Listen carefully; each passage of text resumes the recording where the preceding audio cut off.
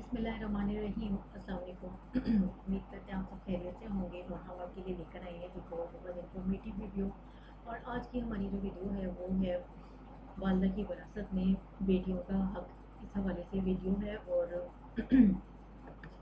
सवाल ये पूछा गया है कि वालदा की विरासत की तकसीम का तरीक़ेकार क्या है। वालिद की विरासत में 2 हिस्से बेटों के और 1 हिस्सा बेटियों का होता है। वालदा के पास सोना और नकद रकम मौजूद है, क्या इसको भी इसी तरह तकसीम करेंगे? कहा जाता है कि वालदा के पास जो कुछ हो बेटियों को दिया जाता है, क्या ये बात दुरुस्त है?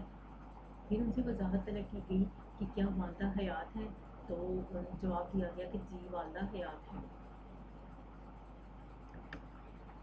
तो इसका हम इनको जवाब जो है वो ये बताते हैं कि अव्वल तो वालदा की विरासत की तकसीम का तरीक़ाकार भी वही है जो वालिद की विरासत का है, यानी 2 हिस्से बेटे के और 1 हिस्सा बेटी का।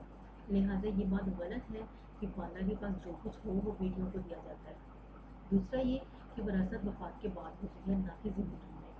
ज़िंदगी में अगर कोई वालदा या वालिद अपनी विरासत तकसीम करना चाहे तो वो शरीयत की नज़र में हदिया कर सकता है, यानी गिफ्ट दे सकता है, न कि विरासत और औलाद को हदिया देने में अफजल तरीका ये है कि बेटे बेटियों को बराबर दिया जाए। और इसकी भी गुंजाइश है कि लड़के को 2 हिस्से और लड़की को 1 हिस्सा दिया जाए। जवाब आपके सामने दोबारा दोहरा देते हैं कि अव्वल तो वालिदा की विरासत की तकसीम का तरीक़ेकार भी वही है जो वालिद की विरासत का है, यानी 2 हिस्से बेटे के और 1 हिस्सा बेटी का। लिहाजा ये बात गलत है कि वालदा के पास जो कुछ हो वो बेटियों को दिया जाता है। दूसरी विरासत वफ़ात के बाद होती है, न कि ज़िंदगी में।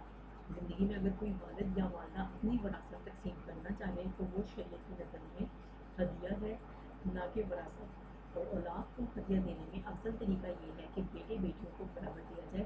और इसकी भी गुंजाइश है कि लड़के को 2 हिस्से और लड़की को 1 हिस्सा दिया जाए। तो हम उम्मीद करते हैं कि इस सवाल का जवाब जो है वो क्लियर हो गया होगा। आपका कोई